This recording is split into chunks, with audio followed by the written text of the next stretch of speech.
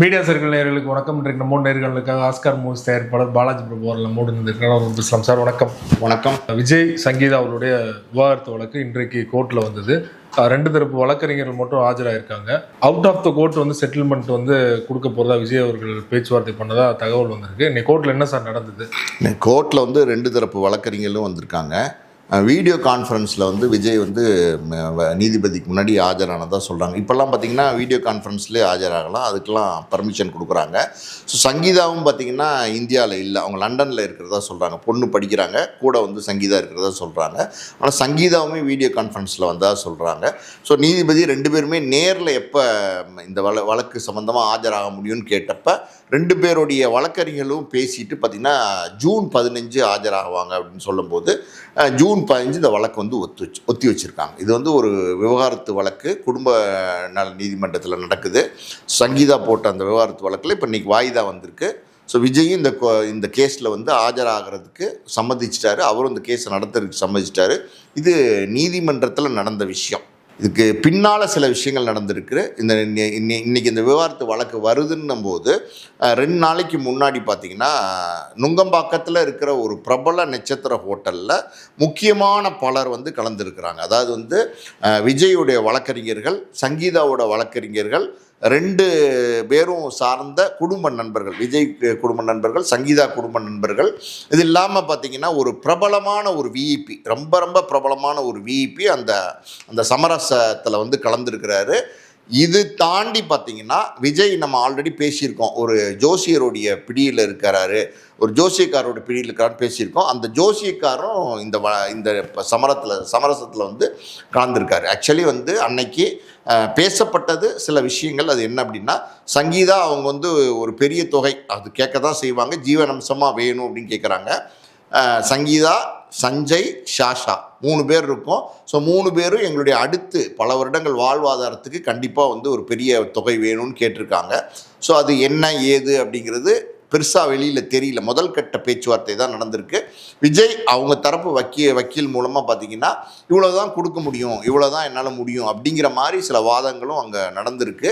So மொத்தத்தில் பார்த்திங்கன்னா முதல் கட்ட பேச்சுவார்த்தை நடந்திருக்கு. முதற்கட்ட பேச்சுவார்த்தை ஏன் நடந்தது, எதனால் நடந்தது அப்படின்னா, இது எப்படின்னா குடும்ப நல வழக்கு. இதை விஜய் ஆஜராகாமல் தள்ளி போட முடியாது. ஒன்று விஜய் சங்கீதாவுக்கு விவகாரத்து கொடுத்தாகணும், இல்லைன்னா விவகாரத்து கொடுக்கலைன்னா வழக்கை விஜய் நடத்தி ஆகணும். வழக்கை நடத்தணும் அப்படின்னா அந்த வழக்கு எவ்வளோ நாள் நடக்கும் அப்படிங்கிறது யாராலுமே ப்ரெடிக்ட் பண்ண முடியாது. அதாவது 1 வருஷம், 2 வருஷம், 3 வருஷம், 4 வருஷம், 10 வருஷம் அதையும் தாண்டி கூட நடத்த முடியும். ஏன்னா இந்த லோயர் கோர்ட்டு, செங்கல்பட்டு கோர்ட்டு, அப்புறம் ஹைகோர்ட்லேயே பெஞ்சு, அப்புறம் சுப்ரீம் கோர்ட், இப்படி போயிட்டே இருக்கும்.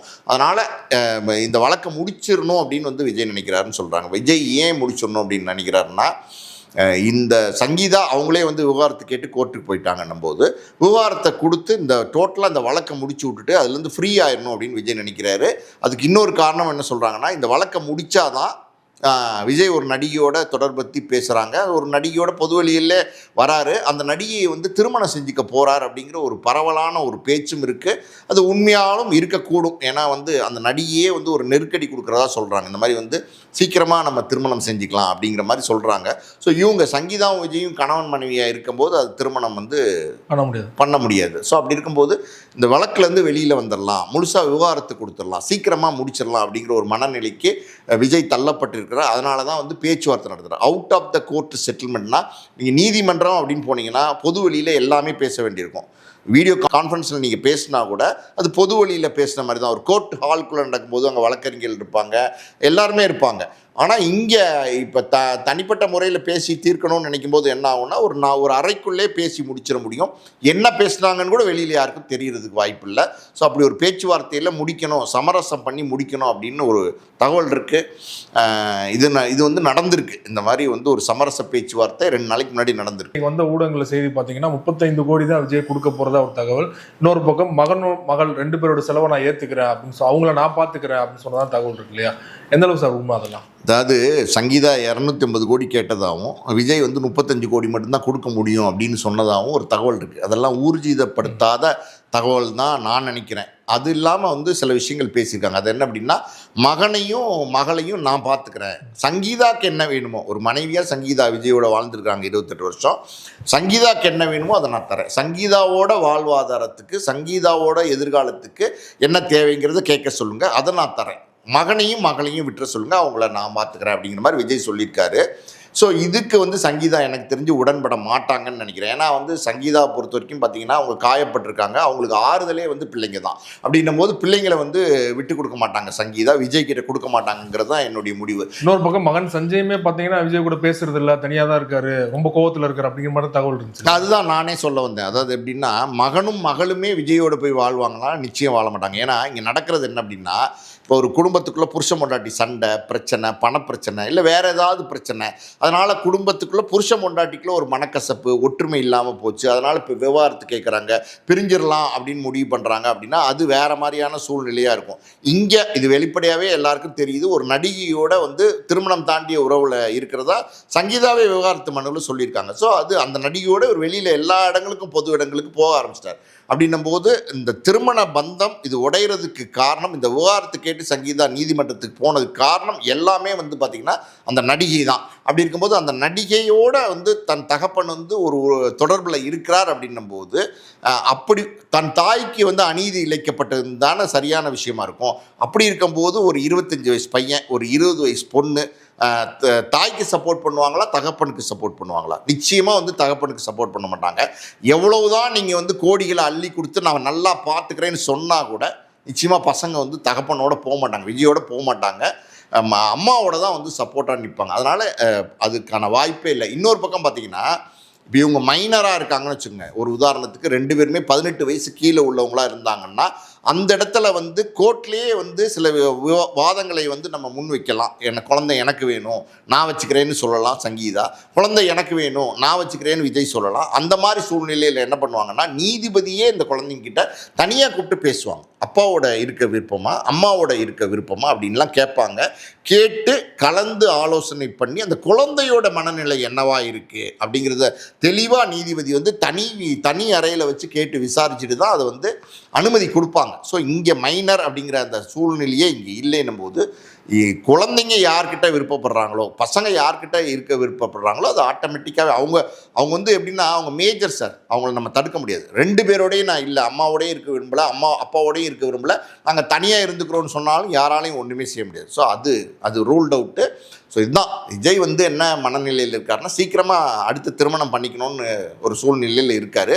அதனால் இந்த திருமணம் அது ஆல்ரெடி முறிஞ்சு போச்சு. விஜய் என்ன சொல்கிறாங்கன்னா, விஜய்க்கும் சங்கீதாக்கும் உள்ள அந்த உறவு அந்த பந்தம் எல்லாமே உடைஞ்சிருச்சுன்னு சொல்கிறாங்க. ஆல்மோஸ்ட் வந்து ஏகப்பட்ட பிரச்சனைகள், ஏகப்பட்ட சண்டைகள், ஏகப்பட்ட சச்சரவுகள் இருந்திருக்கு இந்த ஒரு 5 வருஷமாக. அவங்க 21லேருந்து 26 வரைக்கும் சங்கீதாவும் பார்த்திங்கன்னா எப்படியாவது இதை சரி பண்ணிடலாம், நேர் பண்ணிடலாம், கணவனை நல்ல வழிக்கு கொண்டு வந்துடலாம் அப்படின்னு பல முயற்சிகள் எடுத்து பார்த்துருக்காங்க. ஆனால் எல்லாமே அவங்களுக்கு தோல்வியில் தான் முடிஞ்சிருக்கு. அந்த நடிகையை விட்டுட்டு இவர் வெளியில் வர சூழ்நிலையில் இல்லை. பொதுவாகவே பார்த்திங்கன்னா மனைவி அப்படின்னும் போது இந்த மாதிரியான விஷயங்களில் யாருமே விட்டு கொடுக்க மாட்டாங்க. சொல்லுவாங்கல்ல, புருஷனை பங்கு போடுறதுக்கு யாருமே ஒத்துக்க மாட்டாங்கன்னு. அந்த மாதிரி ஒரு நிலைமை தான் இன்றைக்கி வந்து சங்கீதாவுடைய சூழ்நிலை இருக்குது. அப்படின்னும் போது புருஷன் செய்கிற விஷயங்களை சரி பண்ணலான்னு போராடி பார்த்துருக்காங்க. குழந்தைங்க வேற இருக்காங்க, எல்லாமே நடந்திருக்கும். ஆனால் எதுவுமே நீ முடியாது, அந்த பந்தம் வந்து டோட்டலாக உடைஞ்சிருச்சு, இனிமேல் அதை ஒட்ட வைக்க முடியாது அப்படிங்கிற ஒரு சூழல் வந்து சங்கீதாவுக்கு வந்ததுக்கப்புறம் தான் அவங்க விவாகரத்து வழக்கே தொடுத்துருக்குறாங்க. இன்னொரு பக்கம் பார்த்தா அந்த சங்கீதா அவர் வந்து விஜய் வந்து காதலிச்சு தான் திருமணம் பண்ணிட்டாங்க. 2 பேருமே காதலர்கள். ஆரம்பத்தில் 2 பேருமே ஒருத்தர் விருப்பப்பட்டு தான் திருமணம் பண்ணிக்கிட்டாங்க. அப்படின்னும் போது விஜயுமே வந்து இனிமேல் வந்து அந்த முதல் வாழ்க்கை வேண்டாம் அப்படின்னு நினைக்கிறதாகவும் வேற ஒரு வாழ்க்கையை தேடிக்கிறது விரும்புகிறதாகவும் சொல்கிறாங்க. இதெல்லாமே முழுக்க அவங்க தனிப்பட்ட வாழ்க்கை சார். இருந்தாலும் அது கோர்ட்டுக்கு வந்துருச்சு, நீதிமன்றத்துக்கு வந்துருச்சுன்னும் போது நம்ம அதை பற்றி பேசுகிறோம். இதுதான் இப்படி இருக்கிற சூழ்நிலையில் பார்த்தீங்கன்னா, அதாவது டைவர்ஸ் செட்டில்மெண்ட் அக்ரிமெண்ட்டுன்னு ஒன்று போடுவாங்க. அது வந்து எப்படி சொல்லுவாங்கன்னா, மெமரண்டம் ஆஃப் அண்டர்ஸ்டாண்டிங் அப்படின்னு சொல்லுவாங்க. அதாவது MOU அப்படின்னு சொல்லுவாங்க. இது பொதுவாகவே பார்த்தீங்கன்னா 2 பேரும் பேசுகிறதுல ஒரு ஒற்றுமை ஏற்பட்டால், 2 பேரும் எல்லா விஷயத்துக்கும் சம்மதிச்சா, ஒரு நேர்கோட்டுக்கு 2 பேரும் வந்துட்டாங்க அப்படின்னா அவங்க என்ன வந்து பேசியிருக்கிறாங்க, அதாவது வந்து என்ன பணம் கொடுக்குறதாவோ என்ன சொத்து கொடுக்குறதாவோ எதுவாக இருந்தாலும் அதை முழுக்க அவங்க பேசினதை ஒரு அக்ரிமெண்ட்டில் டிராஃப்ட் பண்ணுவாங்க, பத்திர பேப்பரில் வந்து டிராஃப்ட் பண்ணுவாங்க. அதை வந்து 2 பேரும் சம்மதிச்சிட்டாங்கங்கிறதையும் அதில் எழுதுவாங்க. ஸோ 2 பேருமே அதில் கையெழுத்து போடுவாங்க. 2 பேரோட வக்கீலும் அதில் கையெழுத்து போடுவாங்க. இந்த டிராஃப்டிங் இருக்குது பார்த்தீங்களா, இந்த MOU அதை வந்து கொண்டு போய் கோர்ட்டில் கொடுப்பாங்க. நீதிபதி அதை வாங்கிக்கிட்டு அதில் உள்ள விஷயங்கள் படி அது செட்டில் ஆயிருச்சா அப்படிங்கிறத தெரிஞ்சுப்பாங்க. முதல்ல வந்து அது அக்ரிமெண்ட் கொடுத்து நீதிபதி வந்து டைவர்ஸ் கொடுக்கறதுக்கு முன்னாடி இந்த செட்டில்மெண்ட் முடிஞ்சிருக்கணும், டோட்டலாகவே கம்ப்ளீட் ஆகிருக்கணும். செட்டில் ஆயிருச்சா அப்படிங்கிறத வந்து 2 பேர்ட்டையுமே தெரிஞ்சுப்பாங்க. பாதிக்கப்பட்டவர்கிட்ட முக்கியமாக கேட்பாங்க, எல்லாம் முடிஞ்சிருச்சு அப்படின்னும் போது உங்களுக்கு இந்த சூழ்நிலையில் நீங்கள் 2 பேரும் கையெழுத்து போட்டிருக்கீங்க, முழுக்க முழுக்க இந்த திருமண பந்தத்திலேருந்து வெளியில் போகிறதுக்கு முழு மனசாக உங்களுக்கு சம்மதமா அப்படிங்கிறது 2 பேர்ட்டுமே கேட்பாங்க. இல்லை சம்மதம் தான் அப்படின்னு சங்கீதாவும், சம்மதம் தான் விஜயும் கோர்ட்டில் வந்து நேரடியாக சொன்னால் அதுக்கப்புறம் ஒரு கால அவகாசம் இருக்குது. ஏன்னா இப்போ தான் வழக்கு போட்டிருக்காங்க. பொதுவாக ஒரு கணவன் மனைவி பிரிஞ்சிட்டாங்க அப்படின்னா ஏதாவது ஒரு சூழ்நிலையில் சில மாதங்கள், சில வருடங்கள், அதாவது வருடங்கள்னா பல வருடங்கள் இல்லை, ஒரு வருடம்னு வச்சுக்கோங்களேன், காலகட்டத்துக்குள்ளே அவங்களுக்குள்ள மனம் மாற்றம் ஏற்படும்.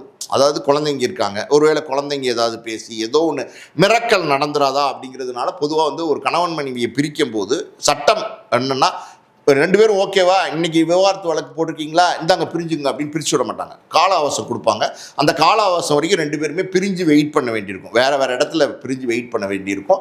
ஸோ அந்த கால அவகாசம் முடிஞ்சதுக்கப்புறம் மறுபடியும் நீதிமன்றத்துக்கு வரும்போது அப்போ மறுபடியும் கேட்பாங்க, இப்போ நீங்கள் வந்து இந்த சூழ்நிலையிலையும் இப்பயும் நீங்கள் பிரியறதுக்கு தான் விரும்புகிறீங்களான்னு 2 பேர்ட்டும் கேட்பாங்க. ஆமாம் பிரியறதுக்கு விரும்புவோம் 2 பேருமே சொன்னால் மட்டும்தான் இந்த விவாகரத்து வழங்கப்படும். அது 2 பேருமே ஒற்று வந்து விவாகரத்து கேட்டாங்கன்னா ஈஸியாக முடிஞ்சிடும், வழக்காக நடக்காது. அதான் உண்மை. சங்கீதா அவர்கள் வந்து எலெக்ஷனுக்கு முன்னாடி கண்டிப்பாக விஜய்க்கு எதிராக பேசுவாங்க, ஏன்னா விஜய் மீது அவ்வளோ கோபமாக இருக்காங்க, ஏன்னா நடிகையை பற்றி நான் வந்து வெளிப்படையாக பேச வேண்டிய சுச்சுவேஷன் வரும், ரொம்ப எல்லாம் மீறி போனீங்கன்னா அப்படிலாம் சொன்னாங்க. ஆனால் இது வரைக்கும் சங்கீதா அவர்கள் தரப்புல இருந்து எதுவுமே பேசலை, ஒரு ஸ்டேட்மெண்ட் அறிக்கையோ எதுவுமே அதுக்கப்புறம் வரல இல்லையா? எதனால சார் அமைதியாக இருக்காங்கன்னு நினைக்கிறீங்க? நான் வந்து சினிமா துறையில் ரொம்ப முக்கியமான ஆட்கள்கிட்ட விசாரித்த போது அவங்க சொன்ன விஷயம் என்ன அப்படின்னா, எலெக்ஷன் 23ஆம் தேதி நடக்கிறதுக்கு இன்னும் 3 நாள் தான் இருக்குது. அந்த 23ஆம் தேதிக்குள்ளே, அதாவது இன்னைக்கு இந்த வழக்கு கோர்ட்டுக்கு வந்ததுக்கப்புறம் 21ஆம் தேதி இல்லை 2ஆம் தேதி, அதாவது எலெக்ஷனுக்கு 2 நாளைக்கு முன்னாடி சங்கீதா வந்து வாய் துறக்கிறதா இருந்தாங்க. ஒரு பிரபலமான யூடியூப் சேனலுக்கு, ஒரு பிரபலமான யூடியூபருக்கு, ரொம்ப பிரபலமான ஒரு யூடியூபர் ஆல்ரெடி பேசி வச்சுருக்கார். அவங்க எந்த நிமிஷத்துலையும் சங்கீதா வந்து கூப்பிட்டு ஒரு பேட்டி கொடுக்குறதா இருந்தாங்க. அதான் உண்மை. ஏன் அப்படின்னா சங்கீதா அவங்க வந்து காயப்பட்டிருக்காங்க, அவங்க கோபம் அவங்களுக்கு இருக்கிறது நியாயம்தான். ஏன்னா 28 வருஷம் அவங்களுடைய வாழ்க்கை, அதுவும் எப்படின்னா எப்படிப்பட்ட கணவன், அதாவது இந்த அவங்களுக்கு நல்ல கணவனா இல்லையாங்கிறது அப்புறம், ஆனால் ஒரு தமிழ் சினிமாவில் ஒரு பாப்புலரான ஒரு நடிகர், இன்றைக்கி ஒரு கட்சி தலைவர், தமிழ்நாட்டில் ஒரு பிரபலமான ஒரு நபராக இருக்கிறார் விஜய் அப்படின்னும் போது அவருடைய மனைவி அப்படிங்கிற அங்கீகாரம் இருக்குது, இப்போ இருக்குது அவங்களுக்கு. அந்த அங்கீகாரத்தை விட்டு உடைச்சு வெளியில் வரணும்னு ஒரு பெண் நினைக்கிறாங்க அப்படின்னா, இவ்வளோ பிரபலமான ஆளை, இவ்வளோ முக்கியமான ஆளை மனைவின்ற அந்தஸ்துலேருந்து வெளியில் உடைச்சிட்டு வெளில வரலாம் அப்படின்னு அவங்க நினைக்கிறாங்க அப்படின்னா அவங்க காயப்பட்டிருக்காங்க. அந்த பிரிவுக்கு காரணமாக ஒரு நடிகை இருக்காங்க அப்படின்னும் போது அது நிச்சயமாக ஒரு பெண்ணாக இருக்கிறவங்க சங்கீதா யாராக இருந்தாலும் எந்த பெண்ணுக்கும் அந்த கோபம் வரும், எந்த பெண்ணுக்கும் அந்த எப்படி சொல்கிறது ஒரு எதிர்ப்பு காட்டணும், அவங்க நம்மளை வந்து இப்படி வந்து எல்லாமே நம்மக்கிட்ட பறிக்கப்படுது, எல்லாமே பறிக்கப்படுது. அதான உண்மை. அதாவது இது பணங்காசில் முடிகிற விஷயம் கிடையாது, வாழ்க்கை பறிக்கப்படுது அப்படின்னும் போது எல்லாமே முடிவுக்கு வருது அப்படின்னும் போது ஒரு கோபம் வரும். அந்த கோபத்தை வெளிப்படுத்துகிற விதமாக தான் தேர்தலுக்கு முன்னாடி அவங்க விவாகரத்து வழக்கை தாக்கல் பண்ணியிருக்காங்க. இந்த கோவத்தை வந்து பொறுத்திருந்து பண்ணலாம், வேண்டாம் கணவனை வந்து அட்டாக் பண்ண வேணாம்னு நினச்சிருந்தாங்கன்னா தேர்தலுக்கு பிறகு இந்த விவாகரத்து வழக்கை அவங்க தாக்கல் பண்ணியிருக்கலாம். ஸோ அதுலேருந்தே தெரியுது அவங்க கோவத்தில் இருக்காங்கன்னு. ஸோ அப்படி இருக்க சூழ்நிலையில் அவங்க பலவிதமான வீடியோ ஆதாரங்கள், ஃபோட்டோ ஆதாரங்கள், இன்னும் முக்கியமான டாக்குமெண்ட் ஆதாரங்கள்லாம் அவங்க கையில் இருக்குது, சங்கீதா கையில் இருக்குது. அதை எல்லாமே ஊடகத்துக்கிட்ட ஓப்பனாக எக்ஸ்போஸ் பண்ணி விஜய் அப்படிங்கிறவர் எப்படிப்பட்டவர் அப்படிங்கிறத வெளிப்படுத்தணும், மக்களுக்கு சொல்லணும், தமிழ்நாட்டு மக்களுக்கு சொல்லணும். அவங்க ஒரு இந்திய பிரஜை கூட கிடையாது, அவங்க ஒரு லண்டன் சிட்டிசன். அவங்க ஒரு விஜயை நம்பி வந்தாங்க, இன்றைக்கி வந்து மோசம் போயிட்டாங்கன்னு அவங்க நினைக்கிறாங்க. அது உண்மையும் கூட தானே, நியாயம் கூட தானே. அப்படி இருக்கும்போது உடைக்கிறதுக்கு ஒரு தருணத்தில் அவங்க காத்திருந்தது. அது வந்து விஜய்க்கு வந்து அந்த செய்தி போகும்போது இப்படி ஒரு சூழ்நிலை உருவான மிகப்பெரிய பின்னடைவு. ஆல்ரெடி தாவேக்கா அது செட்பேக்கில் தான் இருக்குது, பெரிய ஒரு வெற்றியெல்லாம் கிடைக்க போகிறதில்ல, ஆட்சி அமைக்கிற வெற்றியெல்லாம் நிச்சயமாக கிடைக்க போகிறதில்ல, அதை நம்ம அழுத்தம் திருத்தமாக சொல்லலான்னும் போது இப்படி ஒரு சூழ்நிலையில் இப்படி மனைவி வந்து வாய்ஸ் அவுட் பண்ணி பல விஷயங்களை விஜய் பற்றி சொன்னால் அது பெண்கள் மத்தியில் மட்டுமில்லை பொதுமக்கள் மத்தியில் மிகப்பெரிய ஒரு பின்னடைவை விஜய்க்கு, அவருடைய அரசியல் எதிர்காலத்துக்கு, அரசியல் வாழ்வுக்கு நடக்க போகிற இந்த 23ஆம் தேதி எலெக்ஷனில் ரிஃப்ளெக்ட் ஆகும். அது காட்சிப்படுத்தும் அப்படின்னும் போது அதை செய்ய விடாமல் பண்ணணும் அப்படிங்கிறதுனால தான் விஜய் வந்து கொஞ்சம் இறங்கி வந்திருக்கார். 2 காரணம். ஒன்று, இதை வந்து சரி பண்ணணும், இது ஏதாவது நடந்துருச்சுன்னா தப்பாயிருங்கிறதுனால நான் என்ன கேட்டாலும் தரேங்கிற மாதிரி சங்கீதாட்ட பேசியிருக்காங்க. அதாவது பொதுவாக உள்ளவங்க விஜய் கொடுத்துருவாரு, எலெக்ஷன் முன்னாடி எதுவும் பேசக்கூடாது, நம்ம உங்களுக்கு என்னங்க வேணும், உங்களுக்கு தேவைகளை நாங்கள் கொடுத்துறோம், அவரை நீங்கள் டிஸ்டர்ப் பண்ணாதீங்க, அவரை பற்றி எதுவும் பேசாதீங்க, எதுவுமே வந்து வாய்ஸ் அவுட் பண்ண வேண்டாம், கொடுப்பாரு, உங்களுக்கு நாங்கள் இருக்கோம் பொறுப்பு அப்படின்னு சொல்லி முக்கியமான ஆட்கள் வந்து அவங்க வார்த்தை கொடுத்துருக்குறாங்க. ஸோ அதை நம்பி வந்து சங்கீதா வந்து வாய்ஸ் அவுட் பண்ணாமல் இருக்காங்க. இதுதான் கொடுக்க போகிறதா. ஒருவேளை எலெக்ஷனுக்கு முன்னாடி ஒரு 2 நாளைக்கு முன்னாடி பேசினா அது வந்து விஜய்க்கு எதிராக திரும்ப. ஏன்னா ஒருவேளை வந்து விஜயை வந்து திட்டமிட்டு காலி பண்ணுறதுக்காகவே இந்த மாதிரி பேட்டி கொடுக்குறாங்க அப்படின்னு விஜய்க்கு வந்து ஒரு சென்டிமெண்ட்டாக ஆதரவோட மாற வாய்ப்பு இல்லையா? அது வந்து ஆதவ் அர்ஜுனா, அப்புறம் பார்த்தீங்கன்னா மற்றவர்கள் அந்த கட்சியில் உள்ளவங்கலாம் பார்த்தீங்கன்னா இது வந்து டிஎம்கேயோட சதி அப்படின்னு சொல்லுவாங்க. அது வழக்கமாக அவங்க ஒரு ஸ்ட்ராட்டஜியை வந்து ஃபாலோ பண்ணிட்டு இருக்காங்க. அதை அப்படி தான் சொல்லுவாங்க. ஆனால் இங்கே நீங்கள் வந்து யார் எதிர்த்து குரல் கொடுக்குறா அப்படிங்கிறது தான் ரொம்ப ரொம்ப முக்கியம். 28 வருஷம் ஒரு 2 பேரும் வந்து கணவன் மனைவின்னும் போது ஒன்று 2 பேரும் ஒன்று தான். அந்த மாதிரி ஒரு சூழ்நிலையில் ஒரு மனைவி வந்து வெளியில் வந்து இந்த வாய்ஸ் அவுட் பண்ணுறாங்க அப்படின்னா மனைவி சொல்லக்கூடிய அந்த வார்த்தைகளுக்கு நிச்சயமாக ஒரு அழுத்தம் இருக்கும், நிச்சயமாக அது ஒரு பெரிய ஒரு தாக்கத்தை ஏற்படுத்தும். விஜயினுடைய அரசியலில் ஓட்டு வங்கியை நிச்சயமாக குறைக்கும், பெரிய தாக்கத்தை ஏற்படுத்தும். அதையும் மீறி விஜய் வந்து நேசிக்கிற விஜயின் வெறித்தனமாக போகிற முட்டாள்கள் இருக்காங்கல்ல, அவங்க போட தான் செய்வாங்க. ஆனால் சிந்திக்கக்கூடியவங்க ஒரு குரூப் இருப்பாங்கல்ல, அந்த சிந்திக்கக்கூடியவங்க சிந்திக்க ஆரம்பிச்சிட்டாங்கன்னா அதுவும் 24 மணி நேரத்துக்கு முன்னாடி 48 மணி நேரத்துக்கு முன்னாடி இப்படி சிந்தனை குதிரையை நீங்கள் தட்டி விட்டிங்கன்னா அது குழப்பத்தை உண்டு பண்ணும். குழப்பத்தை உண்டு பண்ணி இப்படி மனைவியே சொல்கிறாங்க, யோசிப்பாங்கல்ல, மனைவியே சொல்கிறாங்க, பாவம் அந்த பொண்ணு, சிம்பத்தி வரும், பாவம் அந்த பொண்ணு, இப்படி இல்லாமல் பண்ணியிருக்காரு அப்படின்னு ஆச்சுன்னா மாறுமா இல்லையா? அதுதான் அந்த மாதிரி ஒரு நிலைமை வந்துடக்கூடாதுன்னு தான் விஜய் வந்து ரொம்ப உஷாராக வந்து இப்போ வந்து அது மத்தியஸ்தம் பண்ணுறேங்கிற பேரில் எல்லாமே கொடுப்பாருமா, பேசியிருக்கோம், கொடுக்குறேன்னு சொல்லியிருக்காரு அப்படின்னு சொல்லி சமாதானப்படுத்தி வச்சுருக்காங்க. அதை நம்பி வந்து சங்கீதா வந்து இப்போ வந்து சமாதானமாக இருக்காங்க. எனக்கு உள்ளுக்குள்ளே ஒரு டவுட் என்னென்னா, விஜயை பொறுத்த வரைக்கும் எப்படின்னா ஒரு பழி வாங்குற உணர்ச்சி வந்து விஜய்க்கு இருக்குது. பொதுவாகவே பார்த்தீங்கன்னா எதுலேயுமே விஜய் வந்து பழி வாங்குற எண்ணங்கள் இருக்கோ அப்படின்னு நமக்கு யோசிக்க தோணுது. ஏன்னா மனைவி கோர்ட்டுக்கு போனோன்னே அந்த நடிகையோட வெளியில் பொது வெளியில் வர ஆரம்பிச்சிட்டார் ஓப்பனாகவே. அப்படின்னும் போது அது வந்து ஒரு பழி வாங்குற மாதிரியான ஒரு எண்ணம் தான் வச்சுக்கோங்களேன்.